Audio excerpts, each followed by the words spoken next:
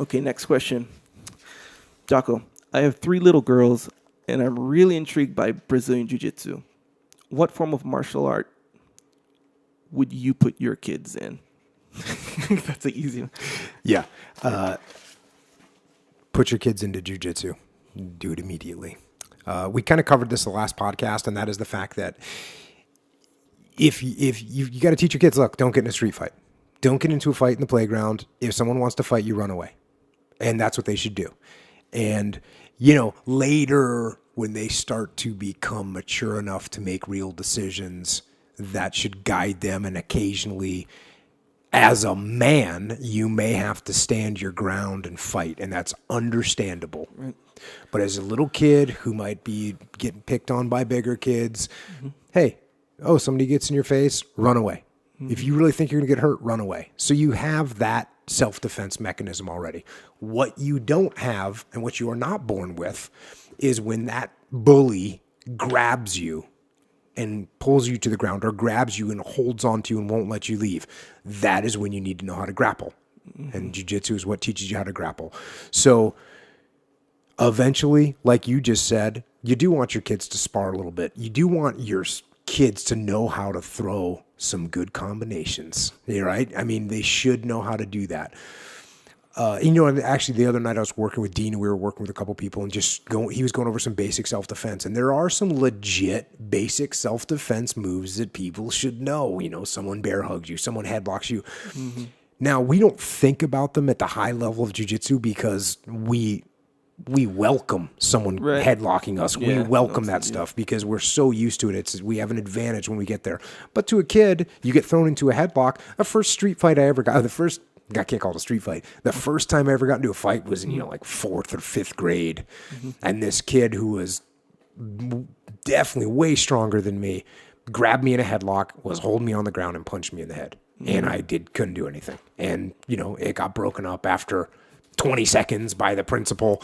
But it was okay, that wasn't cool. So what you want your kid, because if that kid would have tried to attack me when I was standing up, I could just run away from him. But once he grabbed a hold of me, all of a sudden I can't do anything.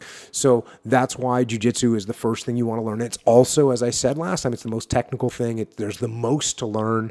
Mm-hmm. It's a never-ending knowledge quest. Mm-hmm. So you want to get on that quest as early as possible. Now, on top of that, and what's really good about jiu-jitsu, and again, this is something that I've talked about before, but when you talk about traditional martial arts and you imagine, a traditional martial arts dojo where people in plain white gis are standing in a very clean and Spartan facility with samurai swords hanging on the wall and they're bowing to the sensei.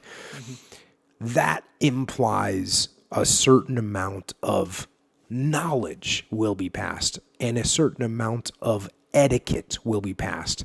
And the etiquette and the knowledge that we passed will be toughness and confidence and humility. And as a matter of fact, if you go to a traditional martial arts school and you bring your kid in there and you say, I want my kid to train, what will he get out of it?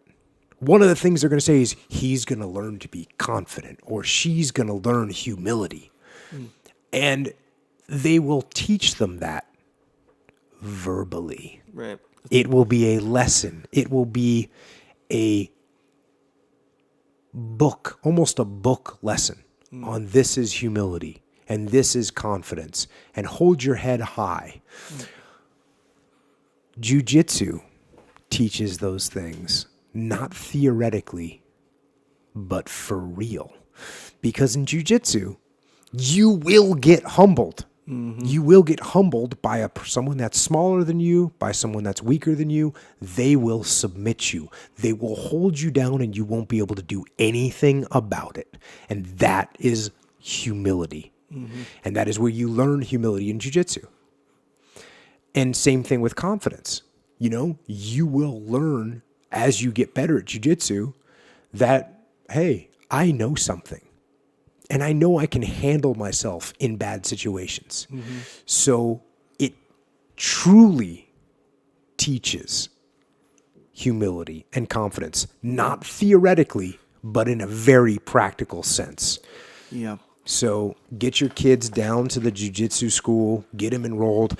And, you know, we did a podcast where we talked about how to find a good jiu-jitsu school. Yeah. So find a good reputable place and get your kids down there. And you know what? When you bring your kids in to start jiu-jitsu, get your dang self on the mat too, because you got to know it. And everybody should know it. Yeah, and Except for bullies and evil people, they should be banned from jiu-jitsu because it's too powerful. Yeah, way too much. Another element that you might not think of right off the bat, but the fact that you'll meet friends, because jiu-jitsu, for whatever reason, I mean, it just might be the culture in general. But when you go to like the jiu-jitsu mats, you go on the mats. It's not like how you're saying like a traditional martial arts school where you're like, shh, don't talk, bow, be rigid, stand like this while the sensei's talking, say yes or no, sir. It's really, I mean, in my experience, and I've been to a lot, especially here in Southern California, that's where most of them are. It's real. Even the more rigid ones are casual. Before class, you can talk. Even during class, as long as you're not talking while the instructor's You wouldn't do that in a school. You wouldn't do that anywhere. Yeah, exactly. You know? But, you know, you're practicing moves. It's of course, you don't want to deviate too much from the lesson, but it's just more social. And so you talk after class, and you'll find that the atmosphere is really conducive to gravitating towards people that have the same interests of you, even outside of jiu-jitsu. And kids especially, man, because usually the teachers are way more lenient with kids when they're running around and, you know, you're telling them, go do this move, and they might be talking a little bit about something or whatever. If they're having fun, which it is very fun, they're just going to want to do it some more. Yeah. My daughter's 2, and we found a place that could facilitate a 2-year-old situation, and she would always look forward to it because she just thinks it's just one big playhouse, the roughhousing the whole time. It's the ultimate dream for a kid. Yeah. A room with padded floors and padded walls. Yeah, and you can grab the clothes, roughhouse all you want. Throw people to the ground. Yeah, you're not going to get punched or kicked or, you know. Yeah, it's, So there is a good community aspect to jiu-jitsu. Yes, very much so. Which Echo likes. Very much so. Sometimes I don't even want to roll. I just want to come and talk. Sometimes? That's often the situation with Echo Charles.